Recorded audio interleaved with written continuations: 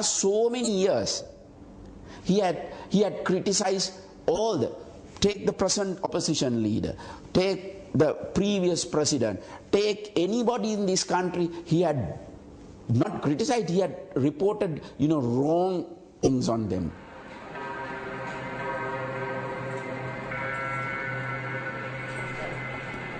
Despite the Defence Secretary's protests, many journalists believe military forces close to the current government were behind the assassination.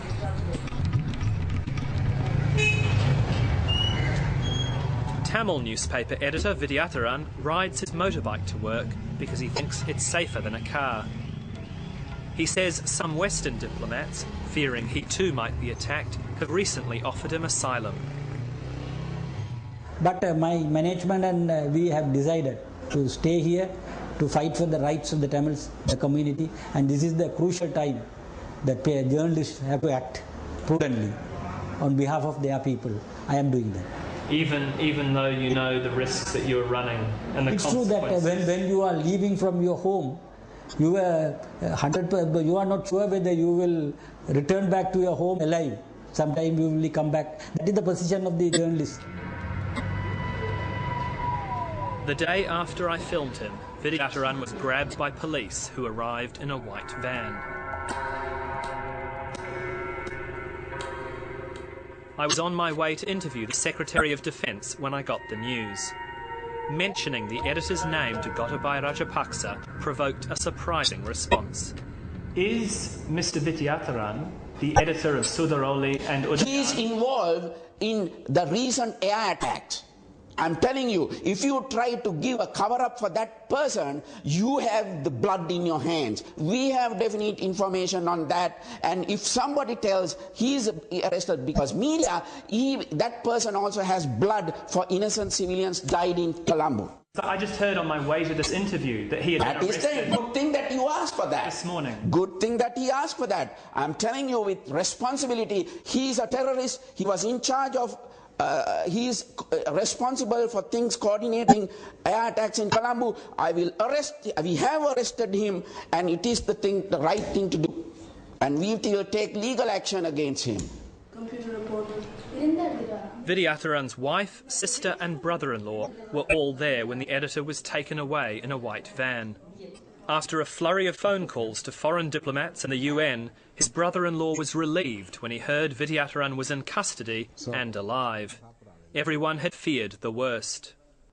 In Sri Lanka, everyone aware when the white van comes is an abduction. As far as the journalists are concerned, whoever abducted in the white van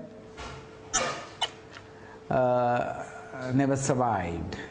Did they ever say why they were taking him or what they were going to charge him with? They never produced any receipts, arrest warrant, nothing, absolutely. It was purely abduction.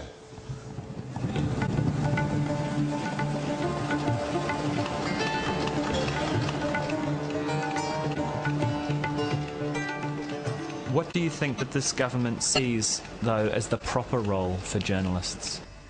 Right now, I think they would just want journalists to quote government communiques.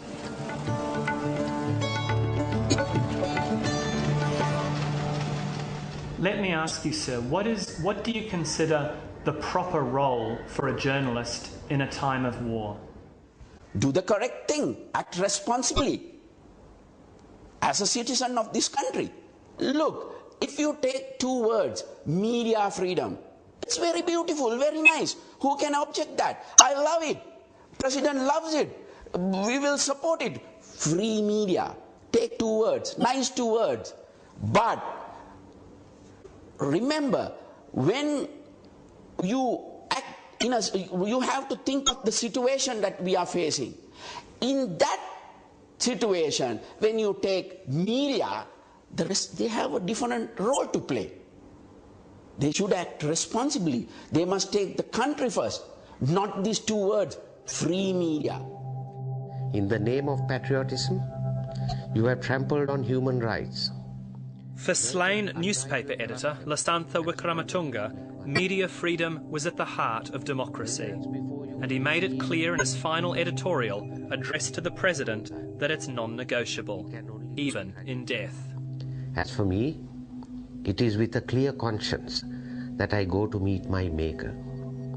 I wish, when your time finally comes, you could do the same. I wish.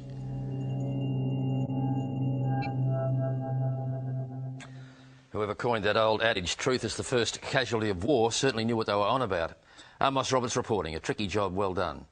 Up next, Jeffrey Robertson, sort of an Australian, on whether Australia should take detainees from Guantanamo Bay now that Barack Obama is shutting down the controversial anti-terrorist camp.